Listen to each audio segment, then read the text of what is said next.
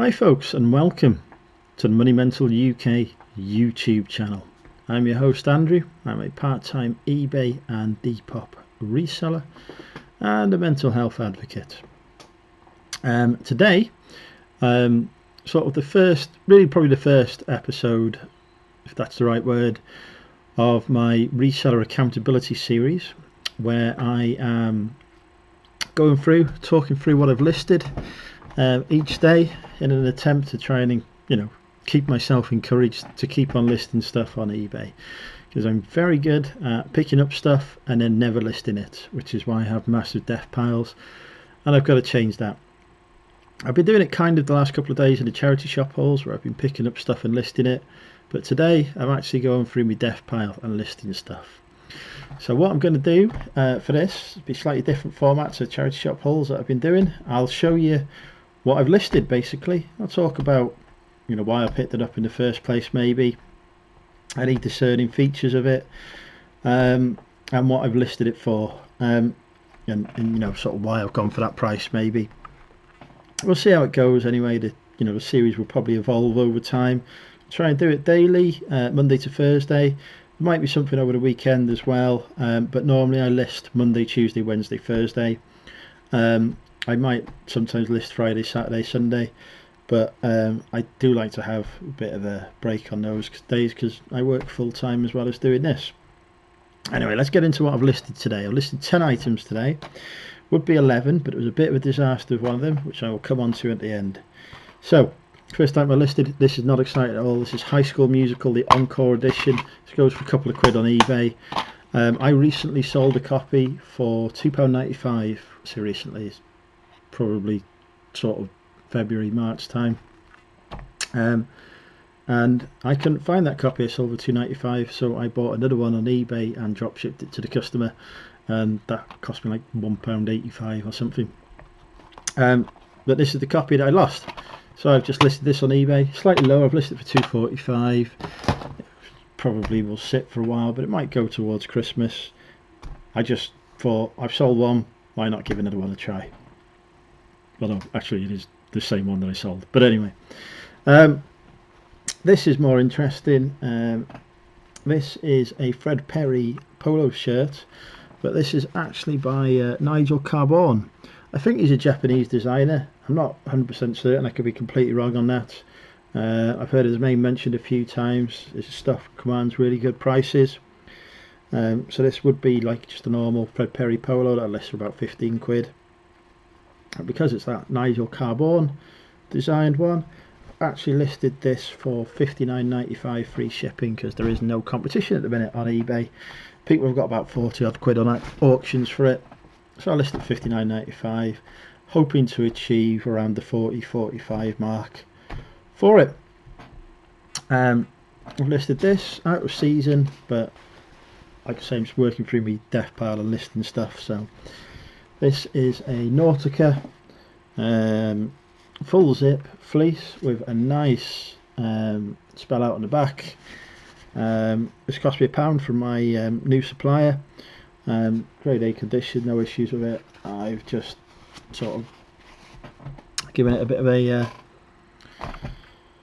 spin through the washing machine, just to make sure it's clean, and then obviously dried it, and I've listed that for £24.95, which is a little high for this time of year, but towards winter it'll probably achieve close to that price, so I'll just keep it listed for until then. If it sells before then, it costs me £1, so I'd be happy with 15 or whatever for it. If it doesn't, it'll sell at winter. Next, again, this was from the same supplier. Shouldn't have picked this one up really. It's a Reading FC embroidered Puma top, which is great. That's fine, but unfortunately it's a kid's one. It's a boy's. It's really tiny. I didn't really notice the size, I think, when I grabbed it. So I've listed that for £11.95 free shipping. Even if we get 8-9 quid for it, that's my money back. But yeah, I tend to stay away from kids stuff.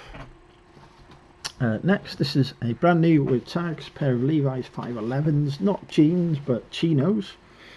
Well, I describe them as chinos anyway. Trousers basically. Obviously slim fit, they're 511s.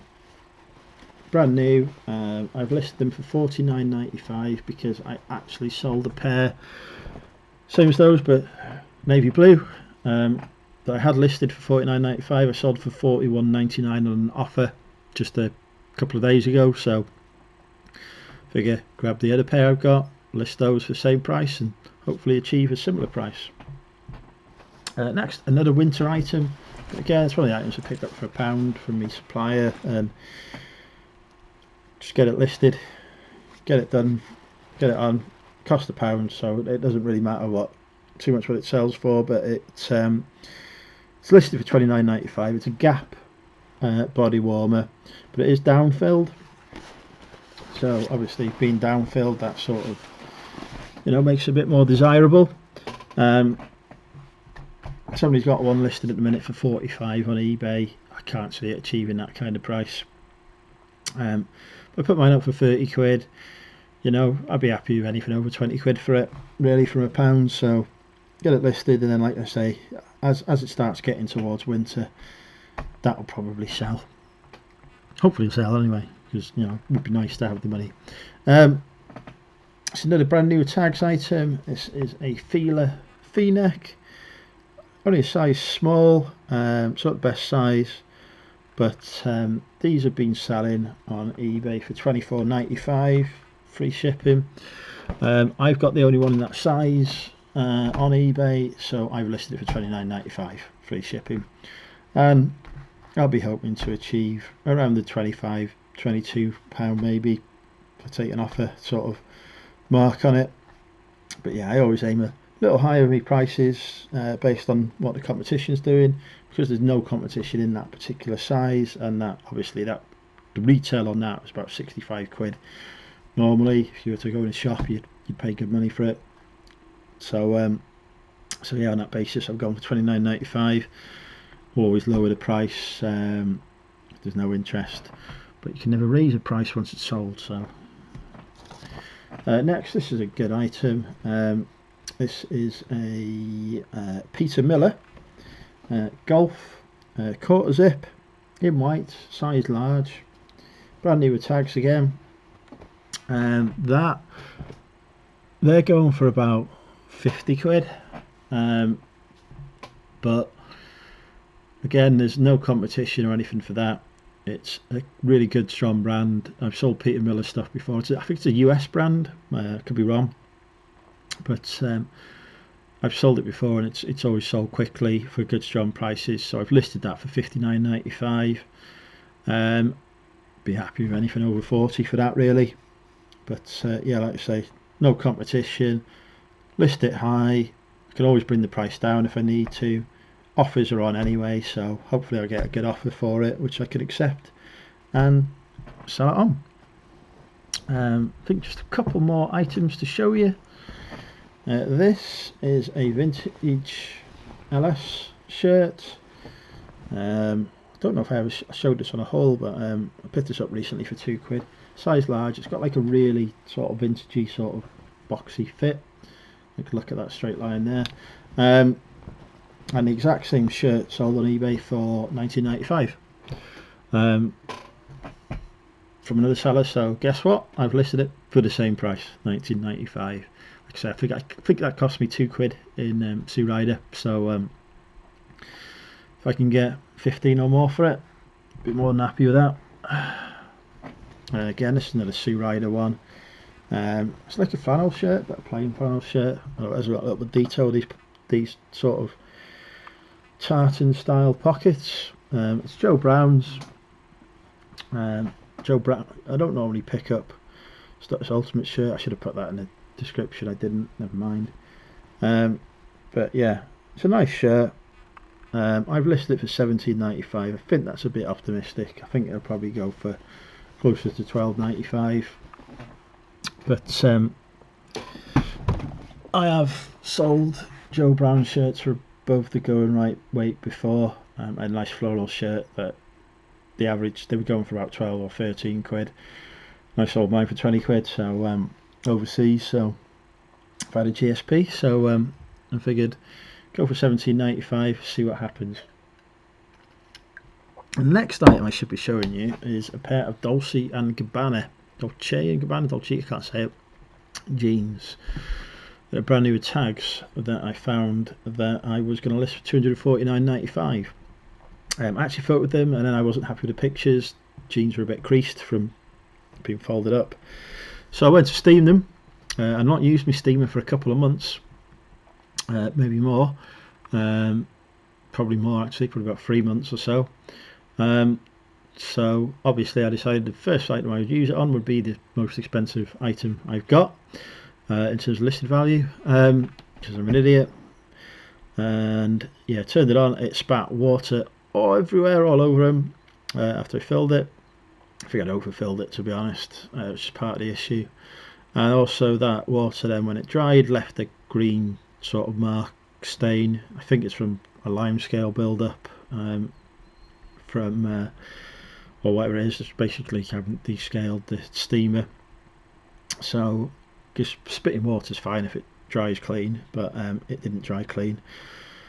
So currently at the minute I'm trying to rescue those, because obviously they're brand new with tags. I don't really want to take the tags off and put them through the washing machine, which would be the best solution. So they are soaking in a detergent / white vinegar sort of mixture that I've concocted. I've hand washed them, and now they're just sort of soaking in that for a bit before I dry them out and see if that has worked on removing the stains. If not, I'm going to get some Oxy stain remover and try those on them and hand wash them again after that, and just see if I can recover them without having to like remove the tags and put them in the washing machine.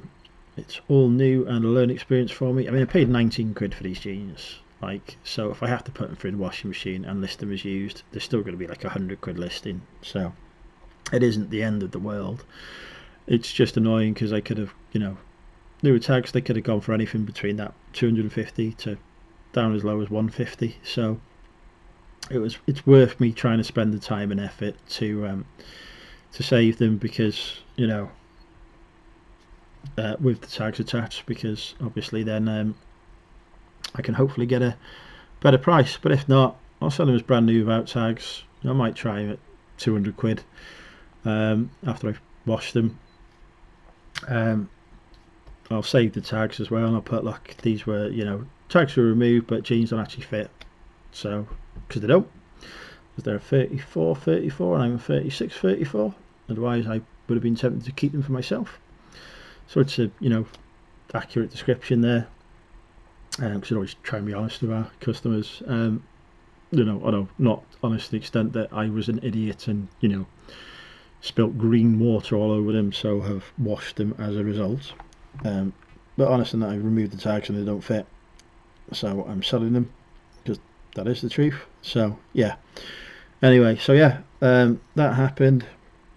Hey ho, my life is a disaster. I generally can't get through a day without messing something up, so welcome to my world. But yeah, it's alright, 10 listings on there. We've listed the value of those is like, you know, around the 300 quid mark, so not really bad from 10 listings, 30 quid average price. As I say, some of those will go for offers and whatever, but you know, still should be making a couple hundred quid, even if we take off fees and really low offers and whatever else. It's still over, I reckon, still over 150 quid cash after shipping, postage and all the rest that's going to end up with me. So yeah, not a bad day's work really, and it's not even a full day's work because I work full time, so that's just what I've done in a couple of hours. You know, it does make me think about, you know, what could be done and achieved though as full time, but that's not a realistic possibility for me at any point soon, and just not in my long-term game plan at the minute. Anyway, I'm rambling now. Thanks for watching. What we're on Tuesday, so hopefully there'll be another couple more videos at least of this nature this week. Hope you've enjoyed it. This was Reseller Accountability Check, episode 1. Bye for now.